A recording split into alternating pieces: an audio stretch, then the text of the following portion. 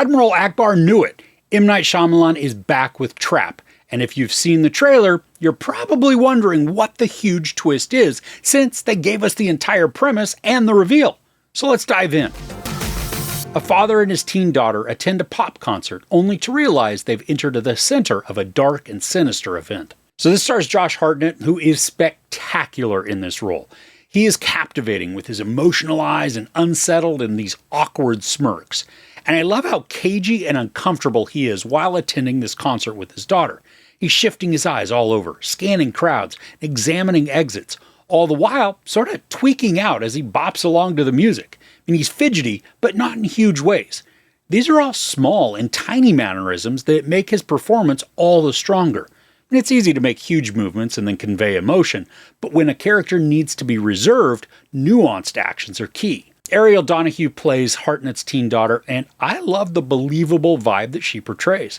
She's a loving daughter who's not fully embarrassed by her dad yet, but also recognizes that he can be a dweeb at times. They have sweet interactions, and she's observant and present enough to notice when things feel off, and then comfortable enough to call him out on it.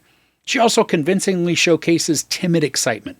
There's this moment where she has to start off very uncertain, and then over the course of only a couple of minutes, gain full confidence and dance like nobody's watching. And this was a shorter scene, but masterfully acted.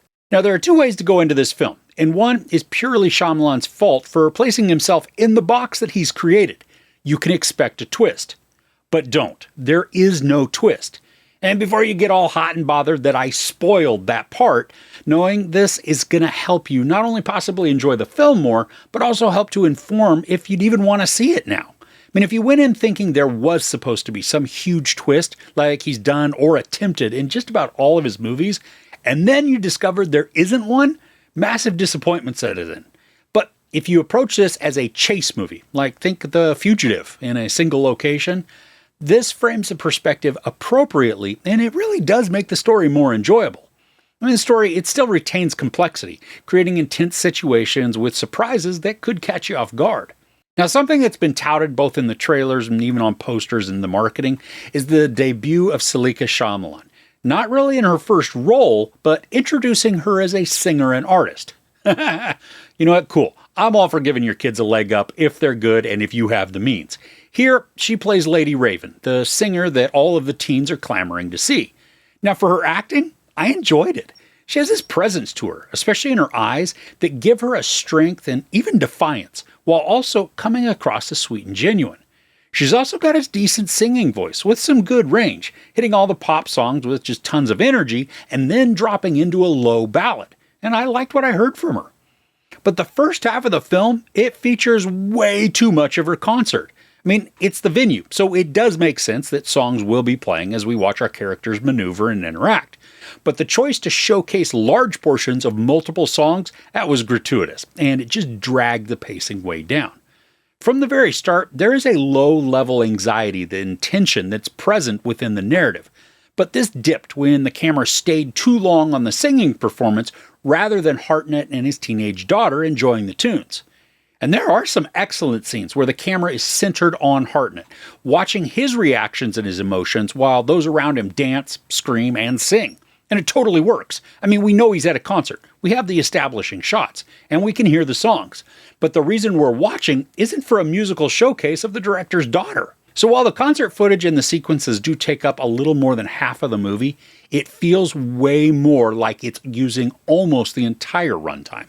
I mean, cutting out a ton of the singing footage, it would quicken the pace while not lessening the impact or the suspense of the narrative.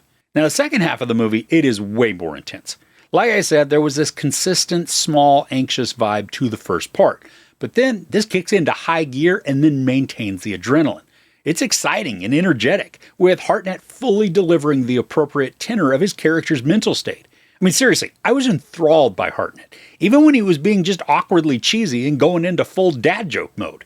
He's cringy when it's called for, and then wickedly intense at the drop of a hat. In addition to some of the pacing and the nepotistic musical promotion, there are a couple of logic issues within the story, as well as a lot of plot conveniences that add to character protection.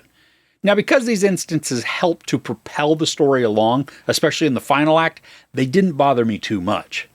But there is something that felt just so oddly included. Hartnett's daughter has some drama with friends at school, and then he runs into one of the moms of the other daughters at the concert. Now this chick goes full Karen, and it felt just comically forced. And there's more than one interaction and scene with this woman. None of them contribute to the storyline in meaningful ways. I mean, sure, it could be used to showcase the immaturity and unhappiness of an adult that is then passed on to a kid, but the instances, they're not examined in enough detail to even delve into that. So they just come across as showcasing somebody who's behaving badly. Now, Shyamalan had posted that the film was shot on 35mm film, and I gotta say, it looks beautiful. I mean, there's noticeable natural grain to the picture that's typically added digitally in post-production nowadays, giving it this slightly nostalgic visual. It was a little strange at first watching this on the ultra-wide screen of my theater because the aspect ratio didn't allow for it to fully extend all the way to the sides. And it's not a square format by any means. It's just a little narrower than the digital productions that we currently are used to seeing in our theaters. So at the end of this, I had fun.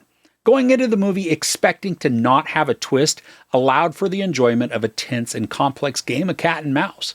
The pacing is uneven in the first half, thanks mainly to the musical showcase of Shyamalan's daughter, but once the final act kicks in, the story builds on the previous suspense to deliver a fierce and pressure cooker climax.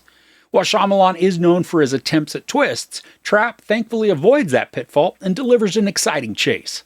There's no sex or nudity, some profanity, and some violence. I give Trap 3.5 out of 5 couches. So what are some of your favorite chase or pursuit type films? Let me know in the comments below. If you enjoyed this review, please give it a like. Also, don't forget to share and subscribe. I'm Chris. This is Movies and Munchies. Thanks for couching with me.